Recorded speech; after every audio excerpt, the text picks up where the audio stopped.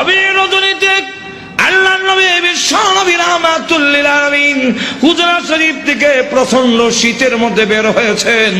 এমনি তাকায়া দেখে একজন বাঁকা হইয়া দাঁড়াইছে, সোজা হইয়া দাঁড়াতে পারে না, কাপড় এইভাবে ধরে রেখেছে। দাঁড়ায় বলেন আসসালাতু ওয়াসসালামু আলাইকা ইয়া রাসূলুল্লাহ। আল্লাহ নবী বলেন, কে রে তুমি এত গভীর রজনীতে আমাকে সালাম দিচ্ছ? আল্লাহ নবী যে মাত্র জিজ্ঞাসা করলেন, উনি ডাকতে, হুজুর আপনি কি আমাকে চিনতে পারেন নাই? আমি আব্দুল্লাহ।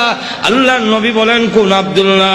ওগো নবীজি, কিছুদিন আগে ইসলাম ধর্ম গ্রহণ করেছি। আমার নাম ছিল আব্দুল উজ্জা, আমি আপনার নামটা পরিবর্তন করে আব্দুল্লাহ রেখেছেন, আমি সেই আব্দুল্লাহ।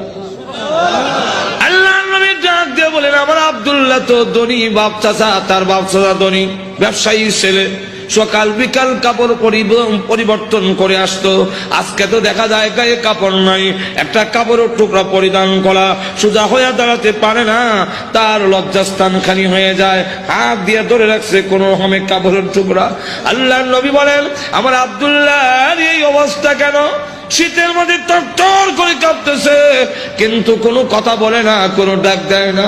নবী গো, অপেক্ষায় বসে আছি, কোন সময় আপনি বের হবেন।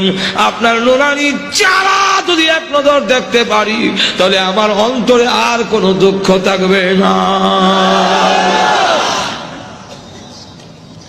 আল্লাহর নবী বলেন, কি হলো তোমার এই অবস্থা কেন? আব্দুল্লাহ, হুজুর আপনার দরবারে কেন আসা যাওয়া করি? আমার চাচা আমাকে বলেছেন বাড়ি ছেড়ে দিতে হবে, আর না হয় মুহাম্মদের দরবার ছেড়ে দিতে হবে। নবী গো, আমি ঘোষণা দিয়েছি, প্রয়োজন বুঝে আপনার বাড়ি কেন তামাম পৃথিবী ছেড়ে দিতে পারি, কিন্তু একটি মুহূর্তের জন্য বিশ্ব নবীর দরবার আমি ছাড়তে পারবো না।